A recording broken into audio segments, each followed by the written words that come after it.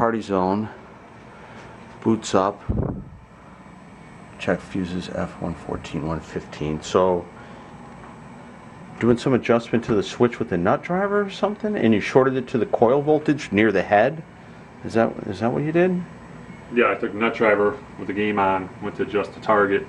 Nut driver touched the side of the housing for the coil. The coil housing on the head, Captain Bizarre, and there was a little blue flick, like a static. I knew it was a short, and when it happened, it just took like 3 seconds. And the game went boop, made a weird noise, and then you got this. And then you got this. Yeah, I replaced all those fuses. Those are brand new fuses, and then we could double check. Yeah, no, that's not the problem.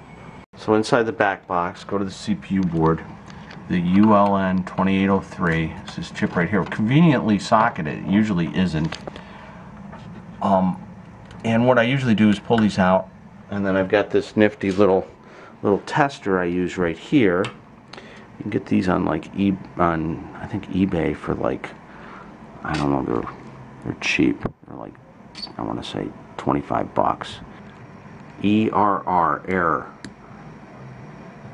So that chip is definitely smoked. We knew that anyways. So it just so happens that I have a new one right there. We're gonna put in here, hit the test button, and it spells out ULN 2803, meaning that the chip is good. So we're gonna put a new one of those right here and see if the switch matrix comes back alive. Power on, see what happens. Now the head is disconnected, right, so he's not gonna do his normal spinning.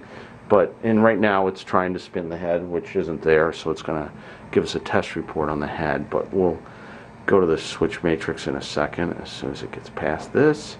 Just make sure it doesn't say the fuse thing, because you could have blown. Yeah, you see, so you blew more than just this one chip. Because the lights aren't in sequence. It's not that. You're. Yeah, look, you still have a row of them.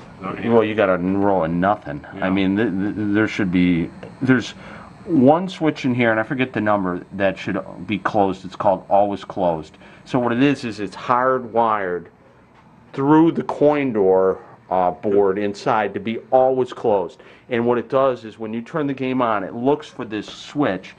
Regardless of any other switch, that one should always be closed. And if it can't see that, then it thinks that those two fuses are blown.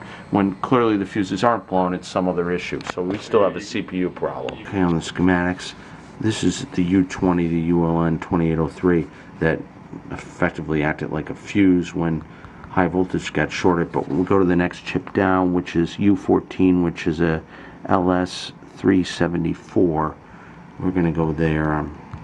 This would be the next thing that would take abuse. So I was running out of time, so I ended up bringing the guy's board home. A couple things I did. First off, I put a battery button, a CR2032 battery holder and battery here. All you got to do is jump these two outside negative leads together. Then the socket fits right into the existing 2 plus holes. And you got to run a wire. I think you got to run a wire on the back. Do I run it? No, I don't even have to run a wire on the back. Anyways, so remember we were talking about back to the switch matrix issue. It was the U14 74 LS. What was it? 374. That was the problem. But what I really want to show you. So I got it working more or less. But really what I want to show you is my cute little test fixture I made here. So I took the CPU board. And I had a spare dot matrix controller board, and I had a spare dot matrix display. And my buddy Jerry gave me a bunch of these 5/12 volt power supplies. So these are really cute. They came out of some long sprinkler thing. It's basically a switching power supply. You could use, if you want it, I've got one down here, like one of these computer power supplies. You could certainly use that for this. But this is so much smaller, and it was free. And I just run the 5 and 12 volts to this guy and the 5 and 12 volts to this guy.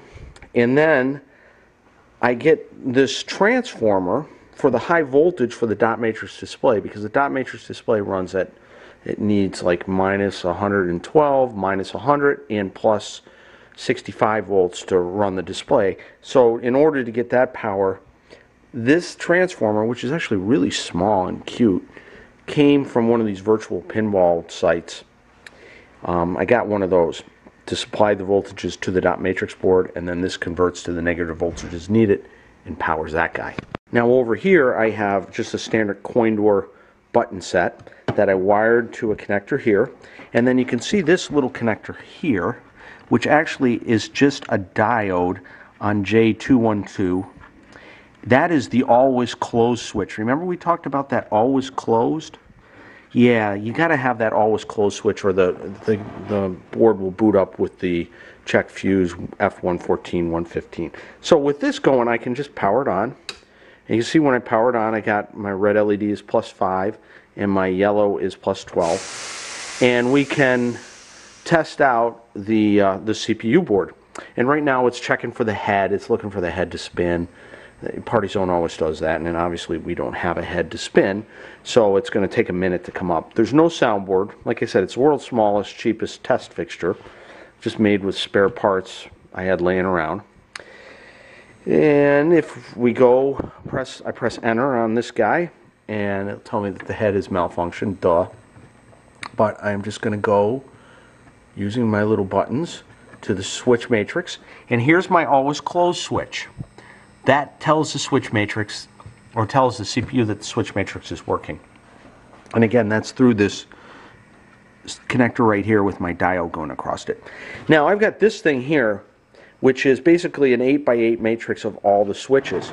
So what I can do is I can press a button here and it'll show up on the dot matrix. So I can fully test all the rows and columns using this thing. And then I can go across like this and basically see that everything is indeed working.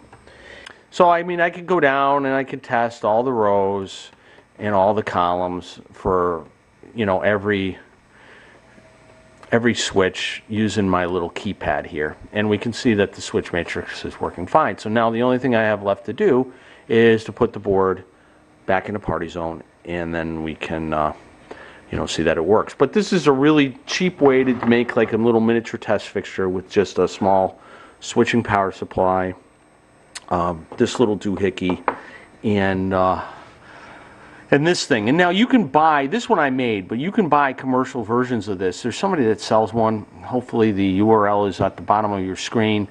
For like 50 bucks, it's essentially the same thing. But you know, you can just cut the check and buy one. That would be useful. You can obviously get dot matrix controller boards. There's nothing unusual about that. Again, the transformer at like virtualpin.net or something like that. And then this is just a power switch. So I got 110 volts coming into this guy and into that guy. And then I can turn the whole thing off with just my little power switch. And you know, I put LEDs on the 5 and 12 volts just so I can have a visual that they're on. And then you can watch the little LED sequences as the thing boots up. And you can do all kinds of, you know, cute little testing. Now obviously we can't test the lamp matrix doing this, and we can't test any coils because I don't have a driver board. But if you're dealing with CPU boards, the thing that you're probably dealing with most is battery corrosion. And also dot matrix boards, the high voltage section tends to fail a lot too. So, you know, we can test both of those very cheaply using this little doodad. And if I wanted to get more sophisticated, I could maybe hook up a soundboard. I just need a negative voltage for the soundboard. But that makes things a little more complicated, and it's probably outside the scope of this project. But anyways, that's our Party Zone repair, and you can see that we're up and running. And I hope that was helpful.